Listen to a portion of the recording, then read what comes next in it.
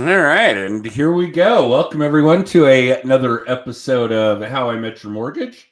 As always, I'm your host, Adam Smith, with Just the Tips Coaching. And with me, as always, is our co-host and our marketing director, Jen Wayborg. Good morning, Jen. Good morning, Adam. I do that every time. I am never going to shake the habit of calling it morning.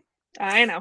And I see Steve pointing at his ear, so now's probably he can't hear anything. Now he's screwed up his audio. So I will slowly introduce our guest while he solves that problem. But our guest is a repeat guest. I don't think Steve's ever been on. You don't think Steve's been on the show? I'm going to remove I think Steve's going to do the entire thing in sign language. From what it looks like. For those of you that are listening to the podcast, we start this process as a video cast. So Jen and I can see Steve and what is going on with apparently an audio failure. Maybe he'll pop back on here. I see he ducked out. Now he's going to duck back in. Oh, well, I see him. Can you hear me? Oh, now we can hear him. Yeah. All right. So I don't know why when it popped back in, I couldn't hear a thing you guys were saying. All right. So you couldn't hear us because we couldn't hear you either. Yeah, I don't know why. When he went out, went in, it was. I couldn't hear anything. All right. So welcome to the show, direct from Huntsville, Alabama, of all places, and we'll get into me bad-mouthing Alabama in a minute here. Steve Green. Hello, Steve. Hello. Good morning. All right, let's give our audience a little bit of warning. Steve and I are good friends, have been for a long, long time, have spent a lot of time together in various cities around the country, and this show may turn a little blue that way. But Steve, yes, you are in Huntsville, Alabama, and we were talking about the fact that every one of those southern states, for those of us that are either Yankees or I don't know what you call people from Colorado, because you're not really a Yankee from Colorado, but Huntsville is really one of the coolest towns I've been in the South, probably the coolest town in all of Alabama. I've been to Space Camp, which is ridiculously cool. They actually control the ISS from Huntsville. And of course, because of it, Huntsville's like this ridiculously cool and expensive place to travel to because everybody is either coming from Houston or DC. Not a lot of places to get to Huntsville or out of Huntsville except those. And of course, because it's all the NASA people, the airfare is loony-toony. But but Huntsville is really cool. Although, God, man, you have been doing mortgages for a long, long time. I think as long as I have, if not longer. I promised I wouldn't tell our audience that you're actually older than I am. Oops. Thanks for that. But Huntsville's a relatively small town. Obviously, a lot of the people you and I run with live in significantly bigger cities, whether it's Denver or New York, LA, Atlanta, Seattle, Portland. I mean, Chicago. We could come up with hundreds of U.S. cities that are bigger than Huntsville. And yet you've been able to have a relatively successful career in a relatively small town for a long time. Right. Okay. And go ahead. Well, and I don't know if you remember this or not, but when we met, I actually wasn't in Huntsville. I was in Grant, Alabama, which is a population of 1,000, which is like 1,000. 1,000. And we were like 40 minutes outside of Huntsville, and we were in an office that would look like a 1960s butcher shop. So my career, the first 15 years or so, was actually out of Grant, Alabama.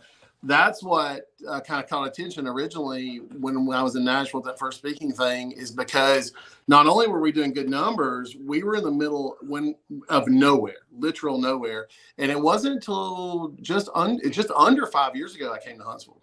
Really? Yeah. Okay. I didn't realize that. When you lived in Grant, did they have dirt floors? Yeah, I mean, you laugh. Can you finance a house with dirt floors? No, they have to have some kind of flooring. All right. We did a lot of mobile homes. We did cabins. We did, you name it. But the office we were in, what was in there before we were, it was a chicken house. Had literal live chickens. And we had to like decontaminate it before we made it into an office. This is a true story. Wow. Yeah. Chickens, mortgages, whatever. It's Grant, Alabama. There's not that much office space available. Right, exactly. Well, I bought the building and redid it. In the back room, there was a well that they had poured concrete around, and it was one of the first houses in the town where the well was inside the home because it was that old. Originally, there was actually a dug well out back. So my first several years in this we were as rural as you could possibly get. What's in that office now? Now it is I sold it, they refurbished it, and it's a tiny little rental house. Okay. Yeah. All right. Cool. So we were talking before we went live about the fact that these periods, and you've seen more than one, these economic shifts, recessions, I don't know, whatever people want to call them these days, is actually good for business. Yes. And I cannot argue with that. It is good for business. And I think most of the people we know and run with and spend a lot of time with would agree. And there's no denying that fortunes are made during recessions. True. That's undeniable from Carnegie on down. But what are some of the things that you do differently in periods like this that you weren't doing 2 years ago? So like you say, I think this is the third one of these. When I started, we were in one, and of course you don't know any better then. And True. Then 908. And right now, my focus is on educating my borrowers, educating my realtors, and that has been the most important thing. And keeping a positive outlook. It's funny. I have agents. One of my brokers told me a statistic I haven't verified yet, but she said last week that 81% of the current active agents here have never seen an interest rate above 4%. Well, sure. Absolutely. Okay. That's true. So when I started, they were like 8-9%. I remember the first time they hit 7, we were like popping champagne, happy, So, I mean, it was literally, it's your perspective. It's all about perspective. And that's what I keep running into. This getting us busy now is there's so much negative for the loan officers and the agents and the people that haven't been through this.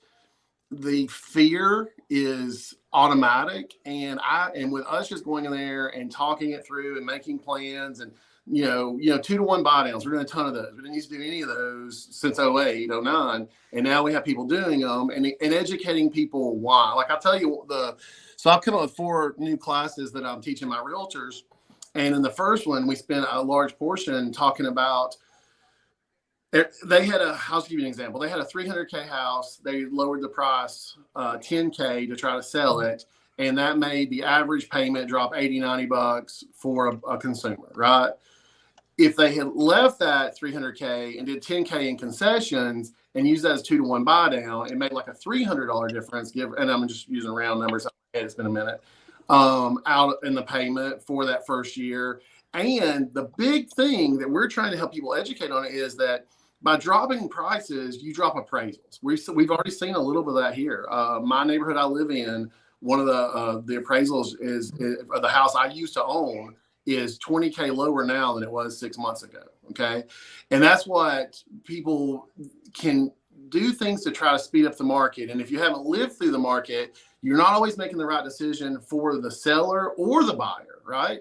Because these buyers would much rather have a lower payment with a big drop in concessions, as it's all about the math at this point and looking at strategies. And just by going out there and having the conversations and talking about it is kind of drawing people to us. Like we're having a great November where some of my colleagues locally, I had one call me the other day that was freaking out because they had not got a loan application in 2 weeks. Wow. And I mean, you haven't heard that in a while, but they're not taking action. They're letting that fear put them in a bubble instead of going out, talking, taking action, moving forward. And I think that's the big thing you got to do right now is you got to be out there. You got to talk to people.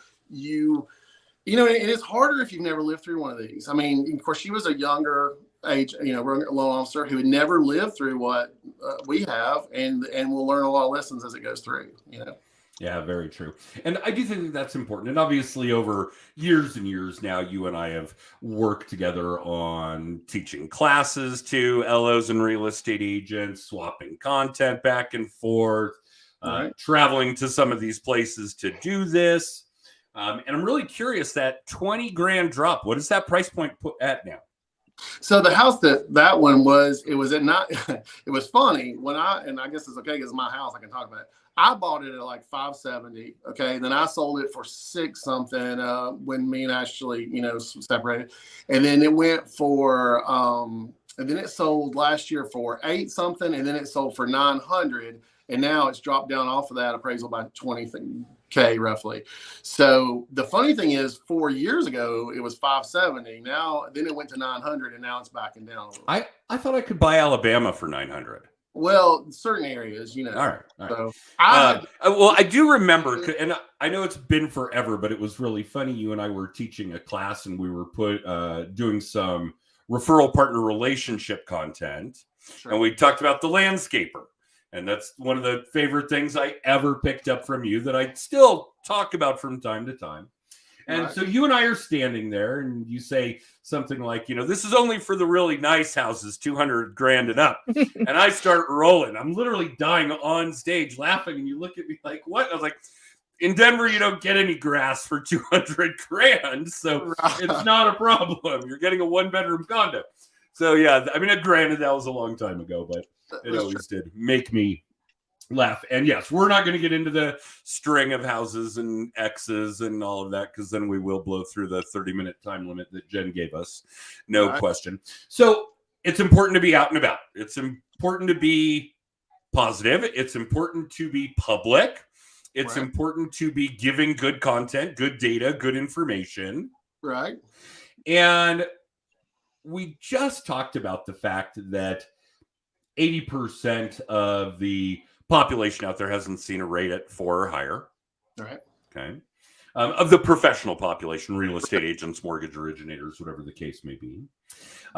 We could probably take that down to 1 or 2% that have ever seen a buyer's market, and we probably never will again.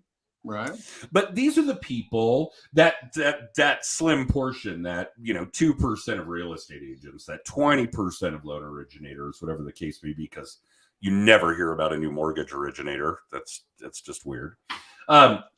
These are the people that are probably exercising what you're suggesting. Be positive, be public, get out there, do these kinds of things that even if you aren't doing them or haven't been doing them, work for building relationships, generating leads, so on and so forth. Yeah. Are you still the sole loan originator in your operation? I am. Yes, I am. Okay. And what does your team look like today?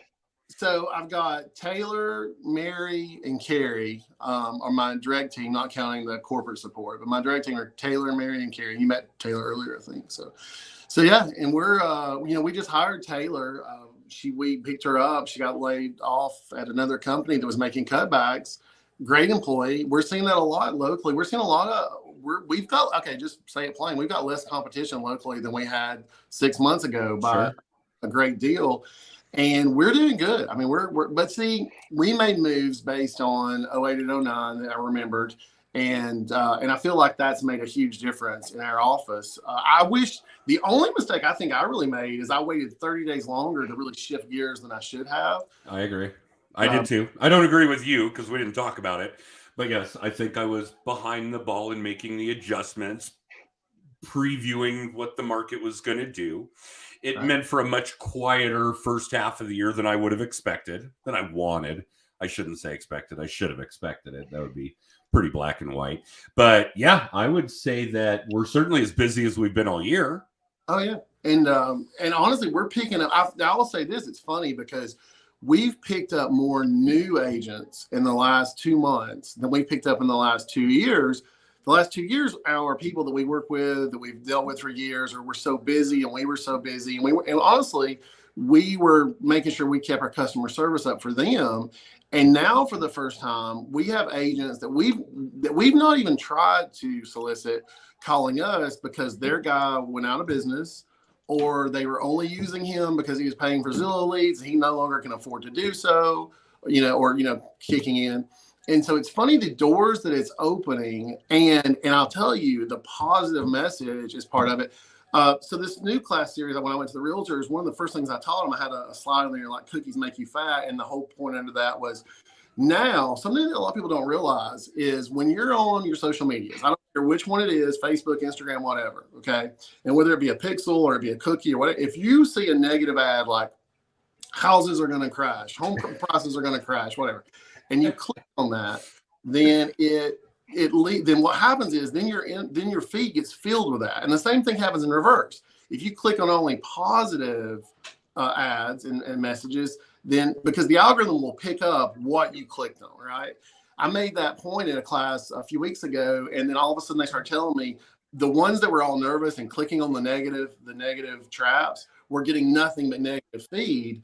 And some of them still had great contracts, still had great leads, some of them had buyers that had been trying to find all year and couldn't get any because of the inventory and couldn't get anything. And then now they can actually find a house because there's inventory. So they're actually in a better position. I have one of the agents I work with she had buyers that have been looking for 6 months to find houses and couldn't get them because they would lose every offer. And now they're under contract. So her numbers are actually better now because of this. So the perception is everything in this market. And also the decisions you make will feed feed your soul. Like if you click on every negative thing on social media, that's all you're going to see as far as your feed goes. And a lot of people don't realize that. They think that is the news because they clicked on one thing and they're like, oh my gosh, it's just an avalanche, when they don't realize they actually triggered that avalanche.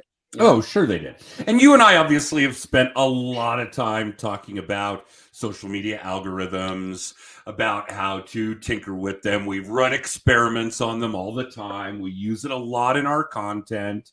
And I guess one of the things that Jen and I never really talk about with our coaching clients is the result of, did we lose Steve? There he is the result of how that algorithm impacts you as a social media user, not as a consumer of that content, not about the content that you're putting out. And we obviously focus on that and how you want to tinker with that algorithm, how you want your content to be viewed, how frequently, those kinds of things, what you can do to make sure, bottom line, more of your audience sees more of your shit.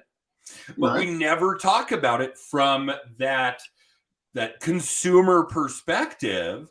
And yeah, we joke that Facebook knows when you're taking a shit, but yeah, Facebook knows if you want to be negative. Right. Facebook knows if you want to be positive. Absolutely. And they feed that, so, and you're right. In all my classes in the past, I never focused on the agent was getting fed because we were just getting business. We were focused on getting business. Talking about doing the feeding, not doing the consuming. Yeah. Yeah. And now more than ever, I mean, that was something that really not only spoke to them in the class, but I've heard feedback since, and they didn't realize it was happening at the time, and now that they realize what it is and they've adjusted to it, it's like anything else. When you're in sales, a positive mindset is always going to help you more than negativity, because it'll be in their voices and they won't even realize it, And so if you live through it, I call it a purging fire.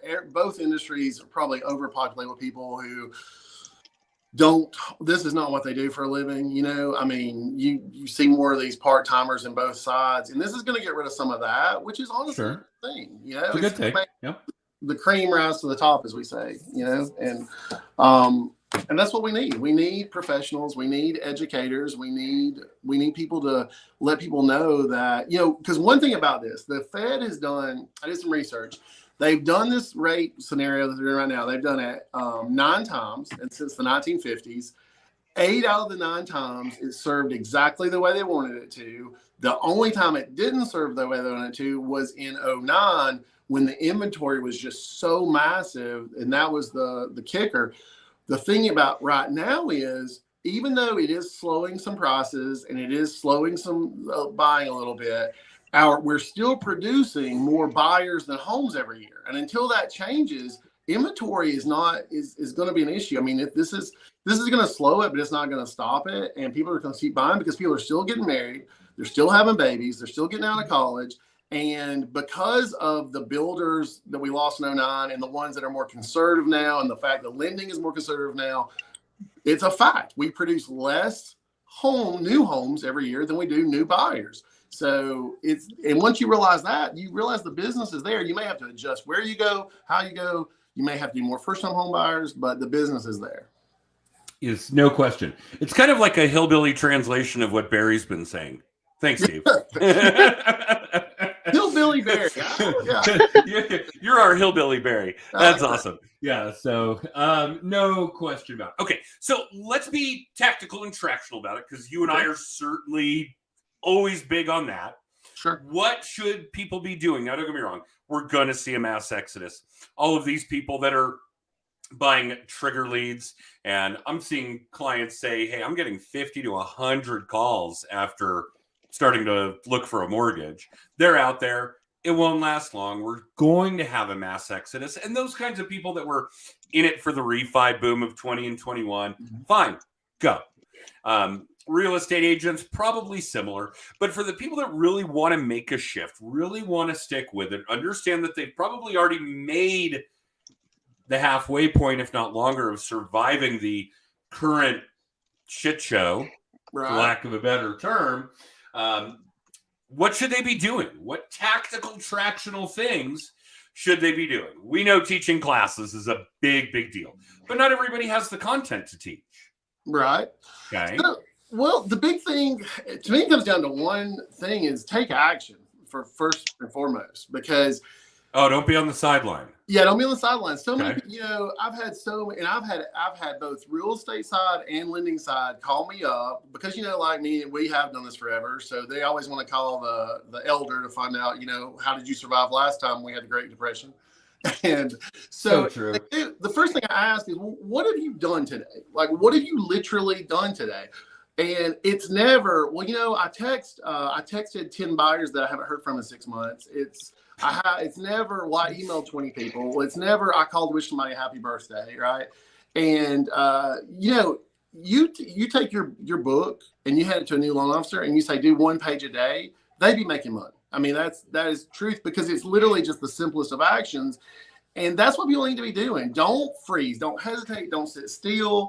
And don't worry about the perfect headshot. Don't worry about the perfect email. Don't worry about the perfect text.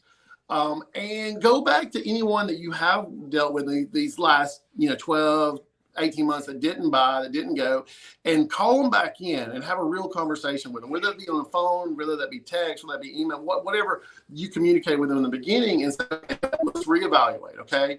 You were looking, we couldn't find anything in your price range. Now rates are higher. What can we do? Have you got, what has changed about your life versus your goals versus where we're at? And my favorite line that I've said for years is that closings come from conversations. Have conversations, whether that be, and if you don't, in mine, okay, so I love to teach classes. I go teach classes, have conversations, and that leads to contracts. Conversations lead to contracts. Whatever that is, one of my agents that I work with for a few years now, I always love to tell like a real life example. Last couple of years, she's been rolling like everybody else. Her phone was ringing. She had closed so many deals that they referred so many deals. But when I met her, she got all her business from the ball field, right? She would go to the ball field. She was a volunteer, baseball and actually basketball here too. And she would meet people in the stadium or the field, and she would make leads. And that's how she built her business, right? So when she calls me up and she's talking about how things have changed, how the phone's not just ringing, first thing I ask her is like, well, have you been to the ball field lately? Because she hasn't done that in 2 years. She hasn't, because she eclipsed past it. And I'm not saying always go backwards. I'm not saying you have to go back to what you're doing 2 years ago. But if it was working 2 years ago, try it, right? No, and it's not about going backward or what was working 2 years ago, because the kind of shit that you're describing is the shit that always works. It's whether it's 2 years ago or 2 years from now, or frankly 20 years ago, or when Zig Ziglar was pushing his, sales type of stuff. There are things, there are staples, there's framework that always works. Right. Yeah. So I get it. It's not about going backwards. Yeah. Well, yeah. And 1 foot in those staples, 1 foot in the new things, I've got an agent right here, a broker actually, who's using TikTok to brand and doing really well too. So as long as you're moving, as long as you're out there, as long as you're doing those conversations, no matter where they start, you're going to get business. So work. Yeah. Do the work. Do the work. Yeah. Do the work. It works if you work. Yeah. Exactly. Right. Side note, the only reason that Steve is actually plugging my book, Just the Tips, is because he wrote the foreword. So I'll read Steve's quote that the publisher put on the cover. This book contains more than just nice tips and false motivation. This is a real roadmap to actual results that put closings on the board, not just useless leads in the hopper. Steve Green. Well, as much as I hate to give you compliments, especially since you like to out me on my age every chance you get. No, that book, what I love about that book, I actually, look, this is no joke. I'm not kidding. I'm not plugging you here. This is literally sits on my desk all the time. Okay. So because whenever I want to kind of go into basics, when I want to go back to when I want to kind of get in that zone, I'll flip through a few pages of your book, and it never fails. There's something that I'll remember, like birthdays. Okay, you're great on birthdays. I'm not that good, but now I have an automated system, and every morning I also do another thing with birthdays, and I've actually gotten business from that. Right? Of course. Look, I'm not going to do birthday things every day and build a business from that. It's one of 20 things I do a day. Right? But all these last 2 years, I didn't implement that. I didn't have the time. Well, in the last 6 months, now I do the birthday things every morning, right? And you can find motivation anywhere. It doesn't even have to be in our industry. But at the end of the day, get a book, have it on your desk. When you need to either be texting, calling, emailing, or looking for motivation. And I actually put your book on my desk when I was setting up my new classes, just to kind of get me in that mindset of the basics again, because I was rusty. This is the market that I love. This is my passion. Sales is my passion. Always has been. The last 12, 18 months, I'm talking about last year, I actually felt bored sometimes because we were so busy. Agreed. Yeah. And it was cookie cutter shit. Yeah. It was the exact same comments, the exact same comments. I'm laughing at David Ryder. Sorry, Jen. But it was the exact same loan every time. You didn't even have to have the getting to know you conversation. Yes, okay, you want to lower your rate and payment. I get it. Fine. And now we're in a position where we're able to work hard. And I don't want it to sound like, we're in the coal mine going down, because that ain't what I'm driving at here. But we get to be creative, and we get to really sharpen pencils and break out our silly little green visors and find the best solutions. Like we were talking about buy downs before we went live. Right. That's one of those kinds of things where we really get to kind of get creative juices flowing, get good gears turning. And we're not just rubber stamping loans, running them through an automated machine of sorts like we did most of last year and the year before. So yeah, I think that right now is a much better time to be in the mortgage space, to be in the real estate space. Especially if you, and one thing, COVID is so COVID year, we all went to electronic and less personal contact, and it changed dynamics too in what we do, right? Sure. Before COVID, I would go to a closing. If it was a new agent, I'd go to the closing agent myself. I'd pick up a listing agent. I would go to more events. I had a buyer, I don't know, it's maybe 3 or 4 weeks ago. She had talked to a couple of lenders, and she was young. She was first time home buyer. She was nervous, and everybody was giving her their post-COVID. Well, we do everything electronic, text me, email me. And we were talking, and I felt, I could just feel the anxiety. And this is just another example. I was like, do you want to come into the office? You don't mind? I can come in. I'll wear a mask. And I'm thinking, of course, in Alabama, we never wear masks. So we all got the same diseases anyway. So people, but just because y'all have the same cousins. Right. I knew you were going to come out with it. Absolutely. Just preemptive strike. Hey, at least I didn't say anything about Alabama quitting playing football. Right. Yes. All right. Hey, wait. Well, you mentioned baseball and basketball, and I was like, oh, yeah, I did see that Alabama quit playing football. We didn't quit playing. No, look. Oh, boy. We won't go there. So she comes into the office. Yeah. So, actually, we got to talking, and then we got on a FaceTime, and I was able to do it all through FaceTime, but that conversation led to the FaceTime, right? And it was kind of weird for me too, because it kind of put me back in the thing. Like, you know what? We can, people are getting back to wanting to have personal conversations, and we can use our technology like our FaceTime to get there, and we can do this. And I love the worst year for me in this industry. The worst, not financially, it's one of the best years financially, but the worst years for me mentally was 2020, because I'm an extrovert and I was locked in a box. We couldn't go to closings. We couldn't meet people face to face. We couldn't go to the ball field, like my agent. And now that that's starting to go away, we have forgotten that this is a business of relationships. It's a business of conversations. And I really like the fact that we can get back to that. And I think that just if there's somebody listening to this, if they will just remember and expand a little bit, that it won't just help them, it'll help the people that they're working with. And truthfully, at the end of the day, in our industries, that I think you'll agree with me on what I'm about to say, is if you worry about the consumer, look, of all the mortgages and all the mortgage companies in town right now where I'm at, there are several that honestly shouldn't be there. Okay. And until those guys don't have any business, then I know I'm not doing everything I can to reach people. Okay. There should be, you want your people if you worry about the person, the business will come. Totally. And I see that with agents every day. The ones that worry about the person, the business comes. Yep. That's all you have to do. Yeah. Take good care of your clients and the rest will fall into place. Right. Yeah. Agreed.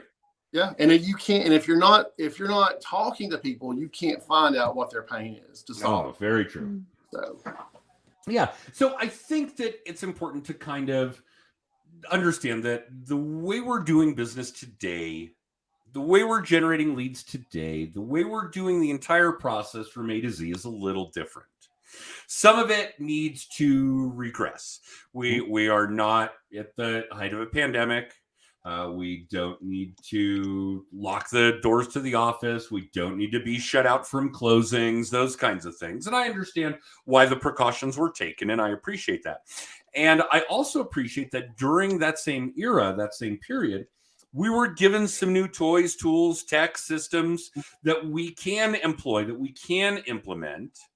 And there's a wonderful hybrid here to be had. If we still focus on what's best for our clients while using all of this new toys and tech and tips that we were given over the last couple of years, then we should be doing it even better today than we were before the pandemic. Sure. I just don't see people doing it. I see a lot of black and white. We're doing it the way we used to. We're doing it the way we did over the course of the pandemic. And for some reason, people refuse to take the best pieces out of longer careers and put those to work in unison. Right. Make that your orchestra. I don't know where that mental hang up is, but it's probably just human nature. So I agree. It is what it is. It probably doesn't have anything to do with mortgages or real estate. It's probably just the way people behave. How are we doing on time, Jen? We already blow our... Of course you did. Of course we did. Of course you did. It's Steve and I. Yeah, this is what we do. All right. So, Jen, I'm not sure what you want to know about Steve. In fact, I'm guessing most of the things you probably know about Steve, you could have done without. True. It's true. Yeah, that did a little bit. But, I think one of the big pivotal moments, and Jen, you may have even been around at that time, and Steve was married at the time, and Steve had made a change to another company at the time and was consuming the Kool-Aid, drinking that green Kool-Aid like it was going out of style. And on his wedding anniversary, I knew he would be with his now ex-wife, and she was doing a lot of the marketing stuff for him. And I called and got them both on the phone, and I probably said happy anniversary, although maybe. And then I said, look, you're going against exactly what you taught all of us to do. There's no reason to brand your big company. They have people for that shit. They don't need your help. They got money. They got people. You need to be branding the Steve Green Mortgage Team or whatever the hell you want to call it. And for some reason, all of that honeymoon shit with the new company washed off right then and there. And he's like, oh, yeah, I actually taught Adam that, so I'd better get back into doing that. And now Steve, I couldn't even tell you what company you're with today, which is beautiful. Well, thanks, I think. Yeah, all I know is it's a good thing. Steve Green is Steve Green, and Steve Green does mortgages. Right. I love the company I'm with. I could not imagine being somewhere else. But and back in that time, I had left a company that I couldn't imagine anybody ever going to now. I had went there for a signing bonus, which is not a good reason to go to the company, I found out. But yeah, no, you want the buck to stop with you. I say that all the time, right? Like that was some good advice. Honestly, of all the advice you had given me, that was some of the best. Yeah, I probably got it from you though. I just turned the table and threw it back at you. Jen, what do you want to know? That isn't like circumnavigating the subjects about Steve that you already know and probably don't want to. Right. No, I mean, I think we could do a whole nother hour just talking social media. I mean, Steve and I, when we start talking social media, we can talk forever, like we did at Mile High Mastermind in 21. Yeah.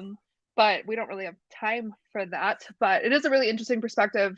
And I think TikTok has really opened me up to the fact that what you interact with is what you're going to see, right? And they've all been doing that, but TikTok has really thrown it in our faces. Like, if I keep clicking on videos about dogs dying and like last memories, then my whole TikTok feed is dogs dying.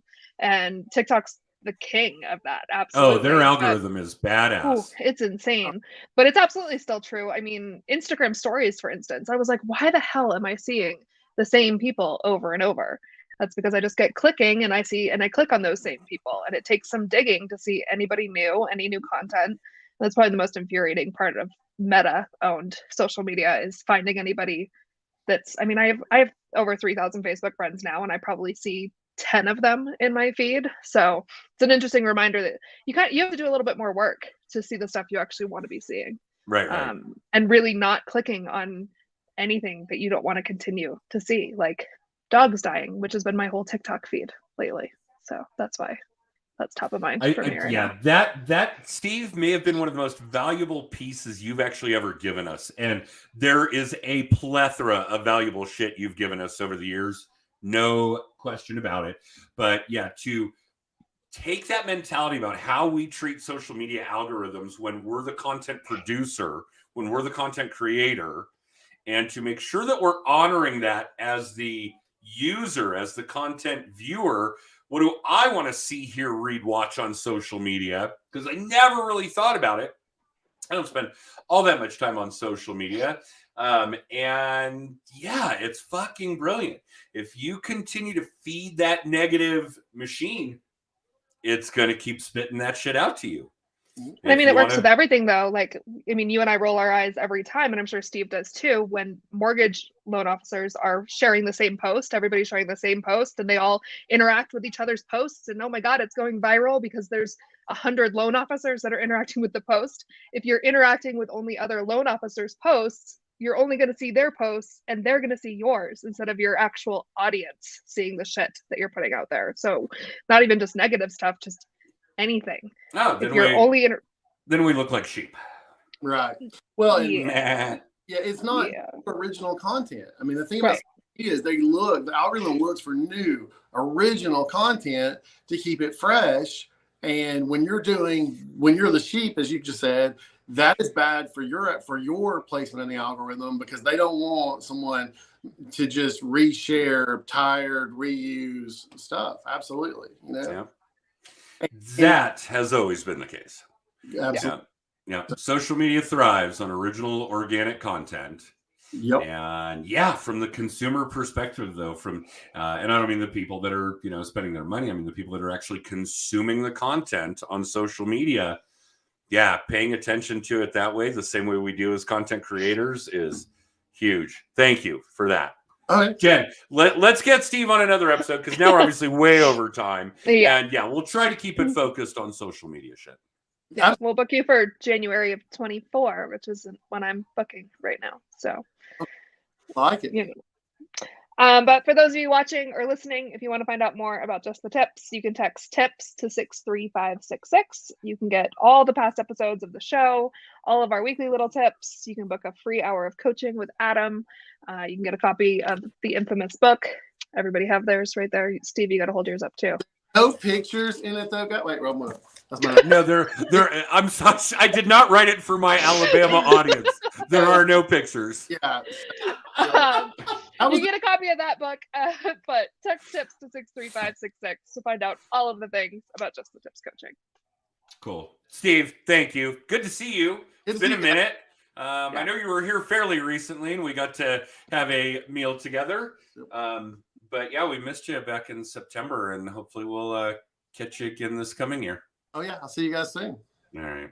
Well, sign us off, Jen. But remember, you guys can catch a new episode of How I Met Your Mortgage on Videocast, which is way more entertaining, apparently, at 10:30 Mountain Time on Mondays. And I think you can catch us on Facebook and YouTube and LinkedIn. Yes. Jen's nodding. I'm actually learning. Cool. And the podcast will be out on Wednesday, Apple and Spotify. Yeah, look at you go. Look at me go. I'm actually learning things. So tune in next week, and we'll see you guys then.